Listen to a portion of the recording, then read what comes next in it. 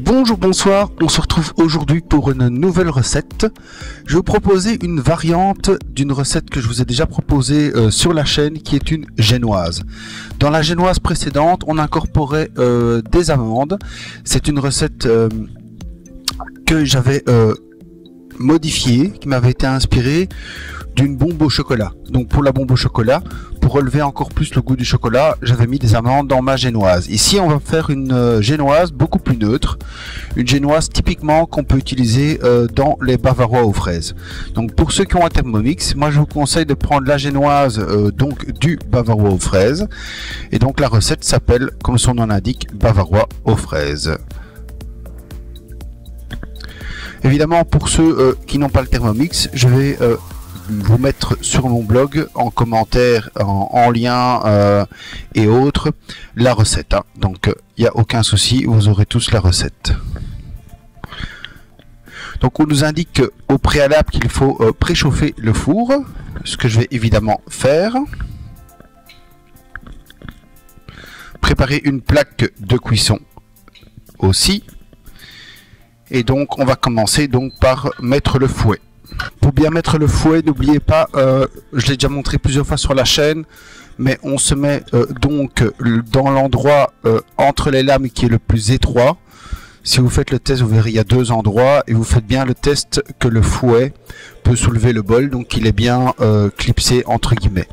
Le test pour bien mettre le fouet et autres, à nouveau, a bien déjà été montré sur la chaîne. Donc on met le fouet. On continue et on met 3 œufs complets.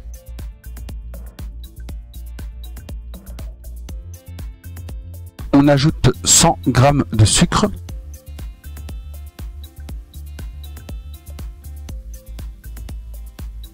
On programme 12 minutes, 65 degrés, vitesse 3,5. Donc si vous avez un Monsieur Cuisine Connect, cette recette est évidemment compatible, mais vous allez devoir mettre vitesse 4. Et je vous conseille de mettre une petite minute de plus parce que le Monsieur Cuisine Connect chauffe moins vite. Donc je dirais pour Monsieur Cuisine Connect 13 minutes 65 degrés vitesse 4. Donc ici pour Thermomix on est parti pour 12 minutes 65 degrés vitesse 3,5. Cette recette est évidemment compatible Cooking Chef Gourmet. Avec le fouet ballon vous obtenez aussi un très bon résultat et il chauffe aussi de manière très précise. On relance maintenant vitesse 3,5 pendant 5 minutes, pas de température. Avec le Monsieur Cuisine Connect, toujours vitesse 4, parce qu'il n'y a pas de 3,5, il n'y a pas le ennemi. Et avec le Cooking Chef Gourmet, toujours avec le fouet ballon.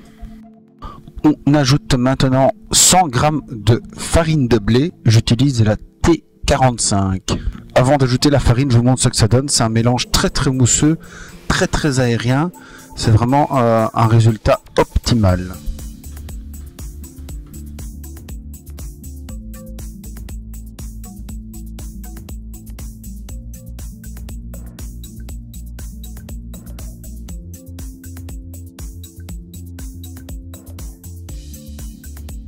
Alors pour cette étape suivante, comme on est en pâtisserie, on essaie d'être le plus précis possible.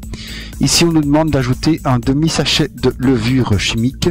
Un demi-sachet, c'est pas toujours facile à mesurer quand on n'a pas le matériel. Alors pourquoi je vous dis ça? Un sachet, c'est comme ceci, vous en avez déjà tous vu, mais un sachet c'est 16 grammes. Je ne sais pas si vous voyez parce qu'il y a un contre-jour avec la lumière de la caméra, donc c'est 16 grammes un demi-sachet. Donc autrement dit, il faut peser 8 grammes. Le Thermomix est évidemment capable de le faire. Une balance de précision de maison aussi, mais pas un Monsieur Cuisine Connect. Donc si vous voulez le faire avec le Monsieur Cuisine Connect, n'hésitez pas à vous munir d'une balance de précision parce qu'une génoise ne doit pas être non plus trop gonflée. Ça c'est quand même souvent un biscuit qu'on va mettre pour un bavarois, une bûche de Noël, etc. Donc dans ce cas-ci, moi je vais prendre la balance du Thermomix, mais n'oubliez pas, si vous avez un autre appareil, prenez une balance de précision pour peser 8 grammes qui est la moitié d'un sachet. Avec le couvercle et le bouchon doseur, le gobelet doseur, on relance vitesse 1, 10 secondes. On nous demande de retirer le fouet, j'en profite pour vous montrer ce que ça donne.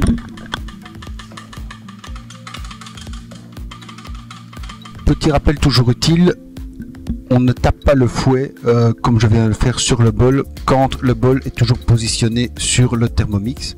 C'est vraiment à éviter à 3000% si vous tenez à votre balance et à votre Thermomix tout court. Voilà. Comme vous le voyez, on obtient un mélange très aéré. La farine n'est pas tout à fait mélangée dans la préparation. C'est tout à fait normal, ne vous inquiétez pas, parce que l'étape suivante, c'est de continuer à la spatule. Donc l'étape suivante, c'est bien rappelé dans la recette, on va finir de mélanger délicatement à la spatule. Donc ce n'était pas le but à l'étape précédente, donc ce n'est pas raté de tout bien incorporer.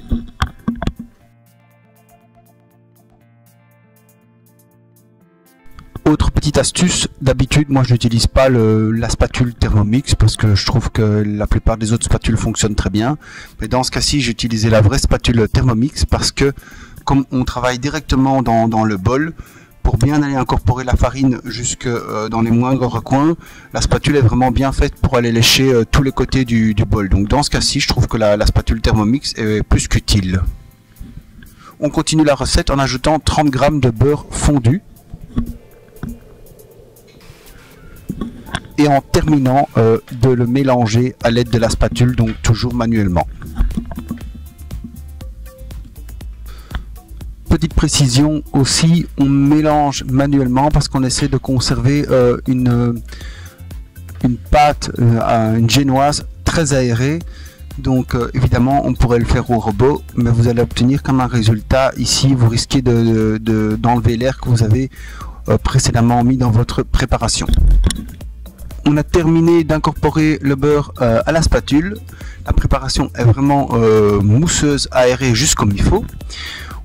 On peut donc maintenant enfourner à 180 degrés, four préchauffé pour plus ou moins 15 minutes en fonction évidemment de votre four. Moi je mets toujours chaleur tournante.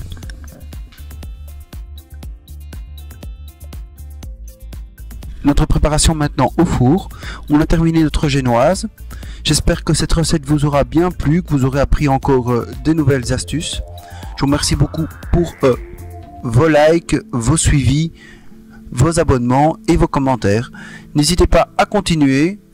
En tout cas, un tout grand merci encore une fois et je vous dis à bientôt pour de nouvelles recettes. Bye bye.